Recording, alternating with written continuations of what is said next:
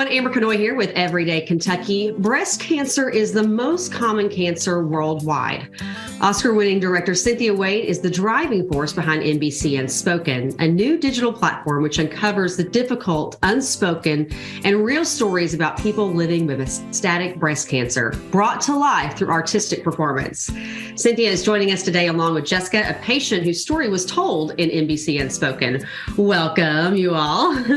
All right, we're going to start with Cynthia. Cynthia, I'm just curious, what really made you feel compelled to take on a project like this? I was really drawn to this project because it combined two of my primary interests. One being telling the stories of real people living with serious health conditions, and the second is to direct stage performances. This was a really visual project, and so to combine kind of the visual power with the real person experience, that was exciting to me.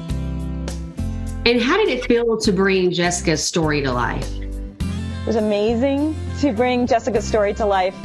Jessica, from the moment I started speaking to her, she was really willing to go into places that other people normally don't. So she talked very frankly about her struggles with intimacy in the bedroom with her husband and issues of body image when you're living with stage 4 breast cancer.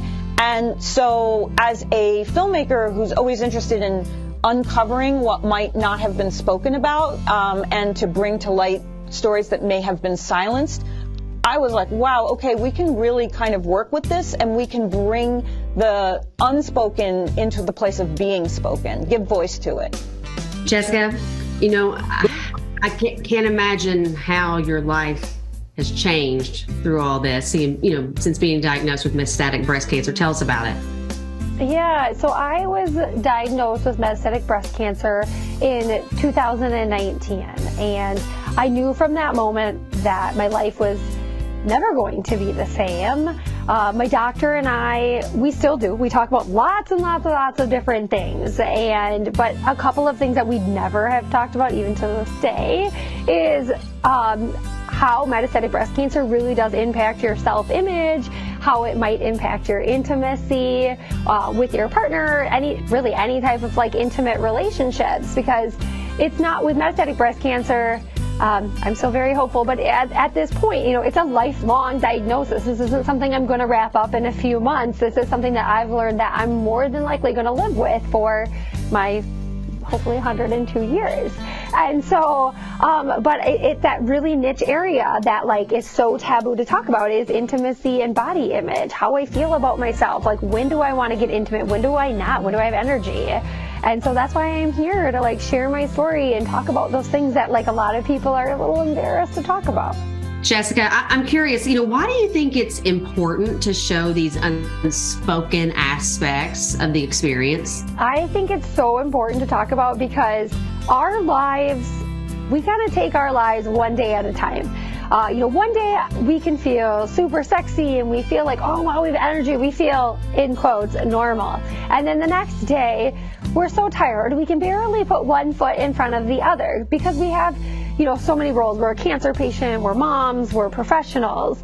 And a big part about living with this disease is getting to the point of talking about how do I navigate my intimacy when it's changing all the time?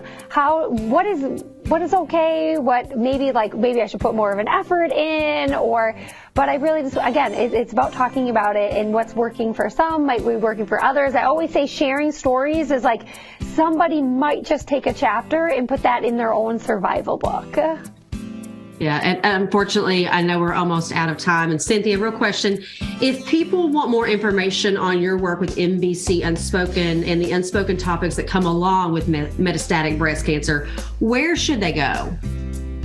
People can go to nbcunspoken.com for more information and to see Jessica's stories and the other stories of the other women. Thank you all so much for being here. Thanks for having us.